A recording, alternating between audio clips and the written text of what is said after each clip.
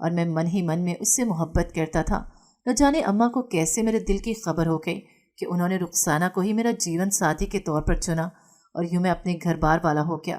رخسانہ کے ساتھ میری زندگی بڑے اچھے انداز میں شروع ہوئی تھی، اور اب مجھے اس بات کی اداسی ہو رہی تھی کہ مجھے پاکستان سے واپس سعودی عرب چلے جانا ہے۔ میں رخسانہ کو اپنے ساتھ ابھی لے جا نہیں سکتا تھا کیونکہ وہاں رہنے کے اخراجات بہت زیادہ تھے اور میری تنخواہ بھی اس بات کی اجازت نہیں دیتی تھی۔ اس لیے رخسانہ کو مستقبل کے کئی سہانے خواب دکھا کر میں سعودی عرب آ گیا۔ اس وقت نہ تو موبائل فون ہوتے تھے اور نہ ہی ٹیلی فون پر کال سستی پڑتی تھی، بہت مہنگی کال ہوتی تھی، اس لیے خط کا سہارا لیا گیا۔ میں اور رخسانہ خط و کتابت کے ذریعے بات چیت کرنے لگے اور ایک دوسرے کے ساتھ ہمارا وقت اسی طرح گزرنے لگا۔ تب کچھ عرصے بعد ہی مجھے خبر ملی کہ رخسانہ ماں بننے والی ہے اور میں بے حد خوش ہو گیا۔ مجھے تو جیسے دونوں جہانوں کی دولت مل گئی ہو۔ میں نے رخسانہ کے لیے اور اپنے ہونے والے بچے کے لیے ڈھیروں ڈھیر چیزیں خرید کر پاکستان بھیجیں، جبکہ ابھی بچے کی پیدائش میں وقت تھا۔ رخسانہ چاہتی تھی کہ میں بچے کی پیدائش پر اس کے قریب موجود ہوں، لیکن میں ابھی واپس نہیں جا سکتا تھا کیونکہ کمپنی کی طرف سے ابھی مجھے چھٹی نہیں ملی تھی۔ میرے گھر میں بیٹے نے جنم لیا اور میں بے تحاشا خوش تھا۔ یہاں پر رہ کر مجھے اداسی تو ہوتی تھی اور میں اپنے بیٹے کو دیکھنا چاہتا تھا، لیکن ابھی میرے پاس ایسا کوئی ذریعہ نہیں تھا۔ تبھی میں نے رخسانہ سے کہا کہ اسٹوڈیو سے بیٹے کی تصویر بنا کر مجھے خط کے ساتھ روانہ کر دینا، اور اس نے ایسا ہی کیا۔ اپنے بیٹے کی تصویر کو دیکھ کر میرے دل کے اندر جیسے ٹھنڈک اتر گئی تھی اور میں بے حد پرسکون ہو چکا تھا۔ دیار غیر میں رہتے ہوئے اور اسی طرح اپنوں سے دور میرے 3 بچے ہو گئے تھے، تینوں بیٹے تھے، اور اب مجھ پہ ذمہ داریاں اور بڑھ گئی تھیں۔ حالانکہ رخسانہ چاہتی تھی کہ میں پاکستان واپس آ جاؤں اور اس کے ساتھ مل کر بچوں کی پرورش کروں، لیکن میں جانتا تھا کہ پاکستان جا کر مجھ سے اتنی کمائی نہیں ہوگی، میں یہاں پر رہ کر زیادہ اچھا کما سکتا تھا۔ اسی لیے میں نے ابھی منع کر دیا اور اسے یہی کہا، رخسانہ تم دعا کرو کہ میں پاکستان میں اپنا کوئی کاروبار کر سکوں۔ ابھی مجھے 4-5 سال سعودی عرب میں لگانے ہوں گے اور اس کے بعد ہی میں پاکستان آ پاؤں گا۔ میں نے رخسانہ کو تسلی دی، لیکن رخسانہ سے زیادہ جیسے میں نے خود کو تسلی دی تھی۔ میں یہاں پر محنت مزدوری کرتا رہا اور پیسے کما کما کر پیچھے بھیجتا رہا۔ میری آل اولاد ان پیسوں پر پلتی رہی اور یوں ہی وقت گزرتا رہا۔ رخسانہ مجھے ہر بار یہی کہتی کہ اب آپ واپس آ جائیں نا، اب یہیں پر رک جائیں، لیکن مجھے جانا ہی پڑتا۔ بچے جیسے جیسے بڑے ہو رہے تھے ویسے ویسے ضرورتیں بھی بڑھ رہی تھیں اور اخراجات بھی بڑھ رہے تھے۔ دن بدن مہنگائی نے ویسے بھی کمر توڑ رکھے تھے۔ یہی وجہ تھی کہ میں واپس جانے کا خیال دل سے نکال دیا اور رخسانہ سے یہی کہا کہ ابھی جب تک بچوں کی پڑھائیاں مکمل نہیں ہو جاتی اور وہ سیٹ نہیں ہو جاتے میں کیسے واپس آ جاؤں۔ رخسانہ بھی یہ ساری مجبوریاں سمجھتی تھی، لیکن ایک دم رونے لگی اور کہنے لگی، آپ نے میری ساری جوانی اسی طرح ضائع کر دی، مجھ سے دور رہ کر نہ جانے آپ کا دل لگا یا نہیں لگا، لیکن میرا تو ایک ایک لمحہ بہت بھاری گزرتا رہا۔ ہر جگہ پہ آپ کی کمی بہت محسوس ہوتی ہے، ہر موقع پہ آپ کی یاد ستاتی ہے۔ رخسانہ کے منہ سے یہ سن کر میرے دل کو جیسے سکون ہو گیا تھا، لیکن میں خود بھی رخسانہ سے دور رہ کر بہت مشکل سے وقت گزار رہا تھا۔ تاہم اب اتنا ضرور ہو گیا تھا کہ موبائل فون کے آ جانے سے ہماری بات چیت ہونے لگی تھی اور کبھی کبھار بات کر کے سکون مل جاتا، جس کی وجہ سے ایک دوسرے کی آواز سن کے تھوڑی تسلی ہو جاتی تھی۔ وقت یوں ہی گزرتا رہا، میں اپنے بچوں کے لیے کما کما کے بھیجتا رہا۔ بچوں کی پڑھائیاں شروع ہو چکی تھیں اور اب ان میں سے بڑا بیٹا ابھی سیٹل ہونے لگا تھا، باقی دونوں بھی اپنی اپنی فیلڈ کی پڑھائی کر رہے تھے، اور میں اسی بات میں بہت زیادہ خوش تھا کہ میرے بچے پڑھ لکھ رہے ہیں اور کل کل کو وہ بڑے افسر بن جائیں گے تو مجھے بھی سکون کا سانس نصیب ہوگا، کیونکہ اب یہاں پر محنت مزدوری کر کے میں بہت زیادہ تھک چکا تھا اور اب میرا بھی دل چاہتا تھا کہ میں اپنے خاندان کے پاس واپس جاؤں۔ ویسے بھی آج کل رخسانہ کی طبیعت کچھ ٹھیک نہیں رہتی تھی اور وہ بار بار مجھے واپس آنے کا کہہ رہی تھی۔ میرا دل خود بھی بہت بے چین تھا۔ رخسانہ نے ہر اچھے ڈاکٹر کو چیک کروا لیا تھا، لیکن اس کی بیماری سمجھ میں نہیں آ رہی تھی۔ نہ جانے کیا مسئلہ تھا اور مجھے اس کی طرف سے فکر ستائے جا رہی تھی۔ میری چھٹی میں ابھی 2 مہینے باقی تھے، لیکن میں نے پہلے ہی چھٹی کے لیے اپلائی کر دیا، لیکن کمپنی نے چھٹی نہیں دی۔ نتیجتاً مجھے اپنا دل مارنا پڑا، رخسانہ کو سمجھانا پڑا، لیکن پھر قدرت کو شاید کچھ اور ہی منظور تھا، اور ایک دن اسی طرح اچانک گھر سے آنے والے فون کال نے میرے پیروں تلے سے زمین نکال دی تھی، جب مجھے پتا چلا کہ رات رخسانہ کا اچانک انتقال ہو گیا ہے۔ یہ خبر میرے اوپر بجلی بن کے گری تھی۔ میں سوچ بھی نہیں سکتا تھا کہ اب جب ہماری جدائیوں کے دن ختم ہونے والے تھے تو رخسانہ یوں مجھ سے ہاتھ چھڑا کر اپنے ابدی سفر پر روانہ ہو جائے گی۔ میں تو جیسے صدمے سے نیم پاگل سا ہو گیا۔ فوراً رخسانہ کو رخصت کرنے کے لیے وطن واپس پہنچا۔ یہ سفر میری زندگی کا برا ترین سفر تھا۔ رخسانہ آنکھیں موندے ہوئے پرسکون انداز میں سو رہی تھی اور میں ایک ایک لمحہ اس کی باتوں کو یاد کر کے اپنے آپ میں پچھتا رہا تھا۔ وہ کتنا اصرار کرتی رہی، مجھے واپس بلانے پر اکساتی رہی تھی، لیکن میں واپس نہیں آیا۔ صرف اور صرف اپنے بچوں کے مستقبل اور اس گھر کی بہتری کے لیے میں نے اپنا آپ داؤ پر لگائے رکھا۔ لیکن اب مجھے احساس ہو رہا تھا کہ میں نے رخسانہ کے ساتھ بہت زیادتی کی ہے۔ مجھے اس کے ارمانوں کو نہیں کچلنا چاہیے تھا۔ کچھ بھی کر کے مجھے اسے اپنے پاس بلا لینا چاہیے تھا، لیکن اب پچھتائے کیا ہوت جب چڑیاں چگ گئیں کھیت۔ رخسانہ کی میت کو میں نے اپنے ہاتھوں سے دفن کیا۔ تقریباً 1 ہفتہ پاکستان میں رہنے کے بعد میں اب واپس سعودی عرب چلا آیا تھا۔ بڑا بیٹا جاب کرنے لگا تھا اور وہ بھی میرا ہاتھ بٹا رہا تھا۔ جلدی میں نے اس کی شادی کے لیے کہہ دیا اور اس نے اپنی ایک کلیگ کو پسند کر لیا کیونکہ وہ پسند کی شادی ہی کرنا چاہتا تھا۔ میں نے کوئی اعتراض نہیں کیا کیونکہ میں بچوں کی آزادی کے حق میں تھا۔ تبھی جب میں چھٹی پر پاکستان آیا تو اس کی شادی کر دی۔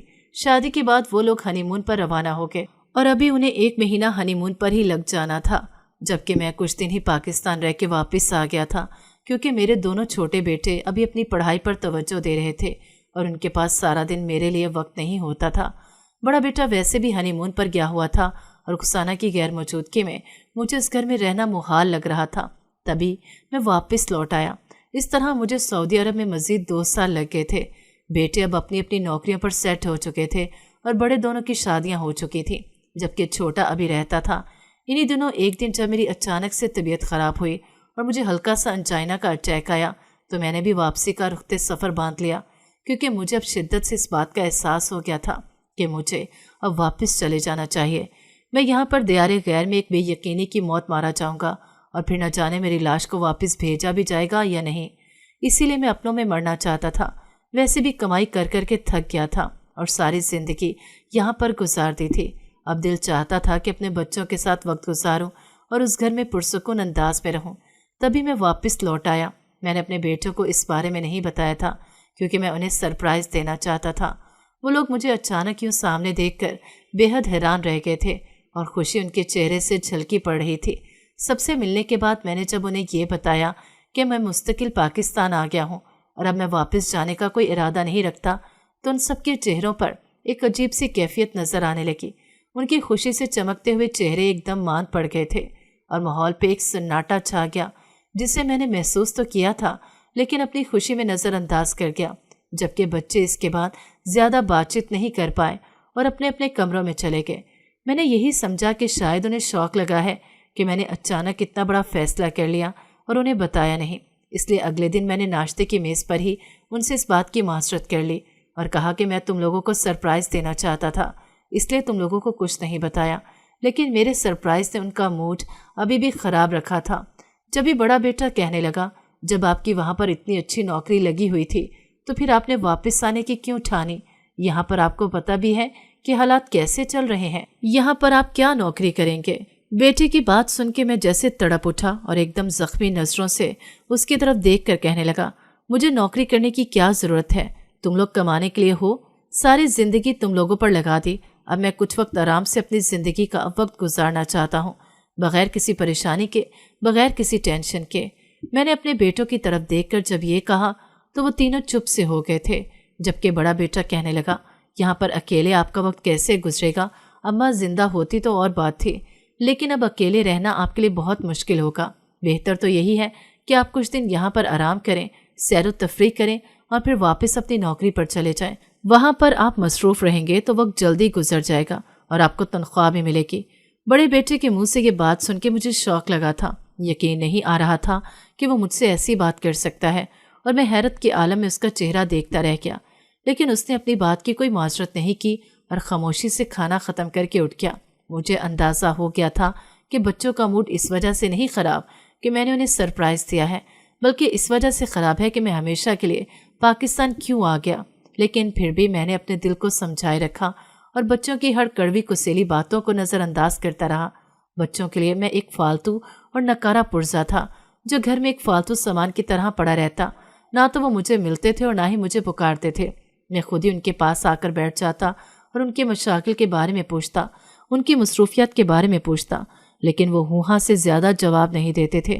میں ان کی شکلیں دیکھتا رہ جاتا۔ جب بچوں کے لیے میں نے ساری زندگی پردیس میں گزار دی، اپنی بیوی سے دور رہا، اپنے گھر کی خوشیوں سے دور رہا، خود کو محروم رکھا، آج وہی بچے مجھے کسی طور پر گھر میں برداشت کرنے کے قائل نہیں تھے۔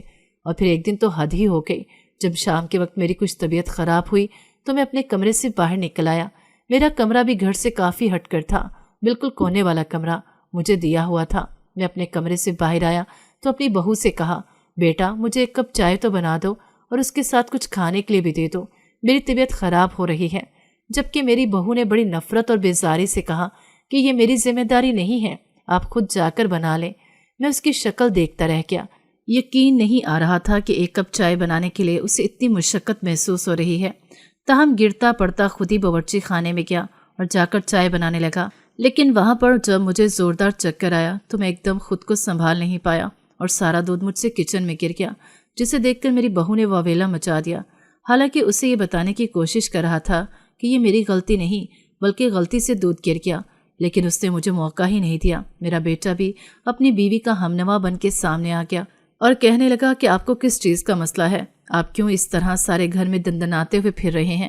جب آپ کو یہ کمرہ دیا ہوا ہے نا، وہیں پر رہیں، آخر آپ کیوں ہماری زندگی اجیرن کر رہے ہیں؟ اپنے بیٹے کے منہ سے یہ سن کر میرا تو دل ہی بیٹھ گیا تھا اور میں بے یقینی بھری نگاہوں سے اسے دیکھنے لگا۔ یقین نہیں آ رہا تھا کہ میری اولاد مجھ سے اتنی بیزار ہے اور مجھے بالکل پسند نہیں کرتی۔ اس کے بعد بیٹوں کا موڈ اور زیادہ خراب ہو گیا تھا اور تبھی ایک دن اپنی بیویوں کے کہنے پر وہ لوگ مجھے دارالعلومان چھوڑ گئے اور کہنے لگے اب ہم بھی آپ کا خیال نہیں رکھ سکتے کیونکہ سارا دن ہمارا دفتر میں گزر جاتا ہے اور ہماری بیویوں کے کرنے کو اور بھی بہت سے کام ہیں، اس لیے ہم آپ کا مناسب خیال اور دیکھ بھال نہیں رکھ سکتے۔ یہاں پر ہم آپ کو چھوڑ کر جا رہے ہیں، یہاں پر آپ کی دیکھ بھال بھی اچھے طریقے سے ہوگی اور پھر ہم بھی اکثر آپ کے پاس چکر لگاتے رہیں گے۔ یہاں پر آپ کے ہم عمر افراد رہتے ہیں، ان کے ساتھ آپ کی گپ شپ رہے گی تو آپ کا بھی اچھا لگے گا۔ میرے بیٹوں نے مجھے دارالعلومان میں چھوڑ دیا اور میں حیرت بھری نگاہوں سے انہیں دیکھتا رہ گیا، جیسے مجھے اس بات کا یقین ہی نہ آ رہا ہو کہ میری اولاد میرے ساتھ یہ سلوک کرے گی۔ میں بے حد پریشان ہو گیا تھا اور اس ساری رات میں سو نہیں سکا۔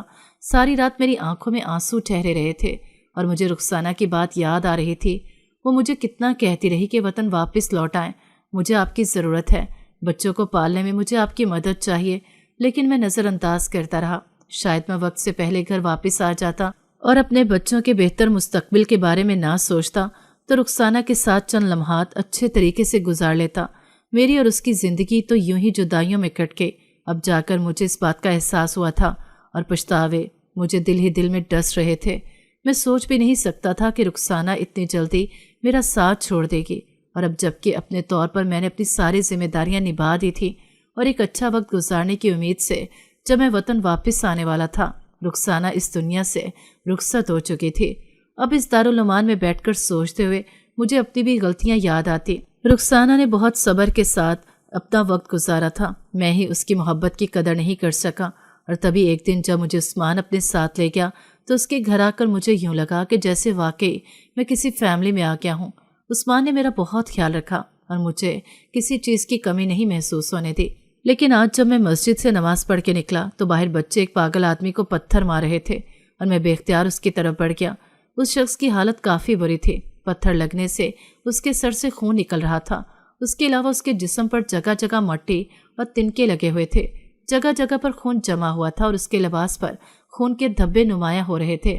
میں نے بے اختیار اسے دیکھا تو شکل جانی پہچانے لگی، اور جب غور کیا تو میرے پیروں تلے سے زمین نکل گئی، کیونکہ وہ کوئی اور نہیں میرا بڑا بیٹا تھا۔ میں ایک دم اس کی طرف بڑھا اور پوچھا، معیز بیٹا کیا یہ تم ہو؟ میری آواز سن کے اس نے غیر شناسا سی نظریں اٹھائیں، یوں جیسے وہ اپنے حواسوں میں نہیں تھا، لیکن میرا تو دل جیسے مٹھی میں آ گیا تھا۔ معیز نے میرے ساتھ جو کچھ بھی کیا تھا تو میری اولاد ہی نہ۔ میں فوراً اسے اٹھا کر قریبی کلینک لے کے گیا، اس کے زخم وغیرہ کی مرہم پٹی کروائی اور پھر اس سے کہنے لگا، معیز تم اس حال تک کیسے پہنچے؟ کس نے تمہارا یہ حال کیا ہے؟ مجھے بتاؤ، میں اس کا حشر خراب کر دوں گا۔ میں نے معیز سے پوچھا تو وہ کچھ نہیں بول پایا۔ اس کی آنکھوں میں میرے لیے شناسائی کی کوئی رمق نہیں تھی، یوں لگ رہا تھا جیسے وہ سب کچھ بھول چکا ہو اور اسے پتہ ہی نہیں کہ میں کون ہوں۔